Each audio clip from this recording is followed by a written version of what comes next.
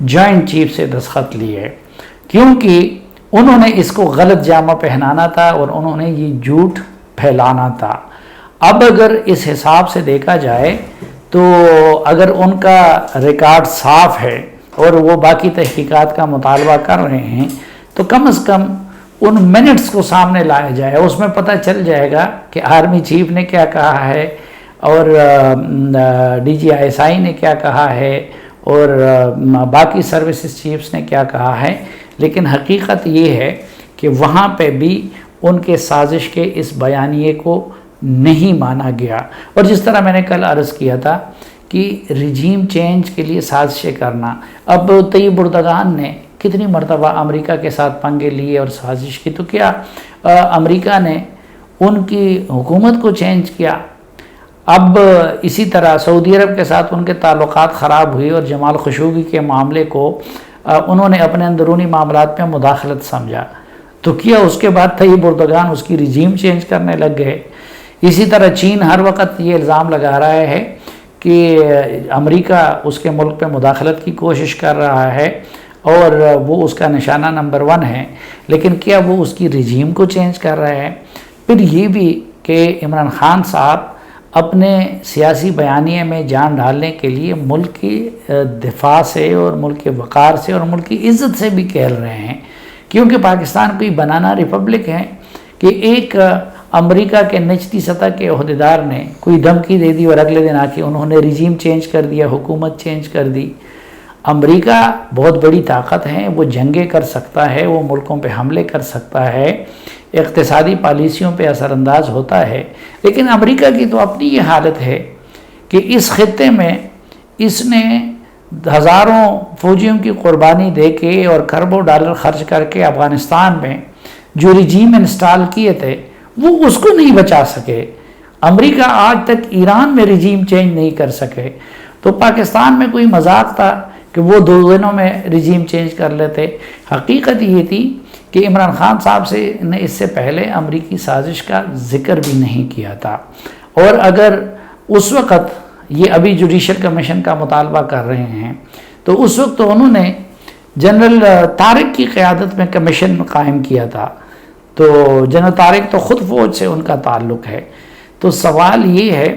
کہ آج وہ جو یہ بات کر رہے ہیں جوڈیشل کمیشن کا، تو اس وقت انہوں نے کیوں نہیں بنایا اور اس اپنے دفتر سے جاری کردہ پریس ریلیز میں سازش کا اور رجیم چینج کا ذکر کیوں نہیں کیا؟ حقیقت یہ ہے کہ اس سازشی تیوری میں کوئی جان نہیں ہے، جتنے سفارتکار ہیں ان کے لیے انہوں نے کام مشکل بنا دیا ہے، کیونکہ اب یورپ میں باقی دنیا میں پاکستان کے سفیروں سے اس ملک کے عہدیدار مل کے احتیاط کرتے ہیں، اور خود وہ جو سفیر تھا اسد صاحب، ان کا کام بھی انہوں نے انتہائی مشکل بنا دیا ہے، بلکہ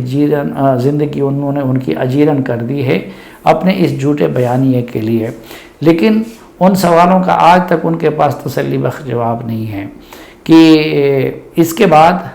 جب وہ ملے ان سے، آرمی چیف سے اور سروسز چیف سے، اور کیمرہ میں ملاقات ہوئی، تو اس میں تو عمران خان صاحب نے یہ منتیں کی کہ جی آپ باپ پارٹی کو فون کرے، آپ کیو لیگ کو فون کرے، آپ ایم کیو ایم کو فون کرے، لیکن انہوں نے تو اس کی بات نہیں کی تھی۔ اب اسی طرح شاہ محمود قریشی صاحب اس وقت کہہ رہے تھے کہ جی جو ہی مجھے یہ ملا اگلے دن میں نے یہ کیا۔ اب یہ صاحبہ شیریں مزاری صاحبہ جھوٹ بول رہی ہے کہ جی وزیر اعظم کو نہیں دکھایا گیا۔ بھائی اگر ان سے چھپایا ہے تو آپ کے فارن منسٹر نے پھر چھپایا ہوگا۔ تو یہ وہ بیانیہ ہے جس کا سر اور پیر کوئی نہیں ہے، لیکن عمران خان صاحب کا یہ کمال بھی ہے کہ وہ غلط بیانی اتنے اعتماد کے ساتھ کرتے ہیں اور اتنے تکرار کے ساتھ کرتے ہیں کہ دوسرا سوچ میں پڑ جاتا ہے کہ شاید وہ سچ بول رہا ہے، اور پھر یہ کہ اس کو کوئی پرواہ نہیں ہوتی کہ ان کی کسی بیان کا، ان کی کسی نیریٹو کا ملک کو کیا نقصان ہوگا، اداروں کو کیا نقصان ہوتا ہے۔ وہ صرف اور صرف اپنے شخصی اور ذاتی مفاد کو دیکھتا ہے۔ وقتی طور پر تو ان کو شاید اس کا فائدہ ہو رہا ہو، لیکن ایک یہ ہے کہ ایک جھوٹ چھپانے کے لیے پھر آپ کو ہزاروں جھوٹ بولنے پڑتے ہیں، اور دوسرا جھوٹ پہ کڑی عمارت کبھی بھی دیر پا ثابت نہیں ہو سکتی۔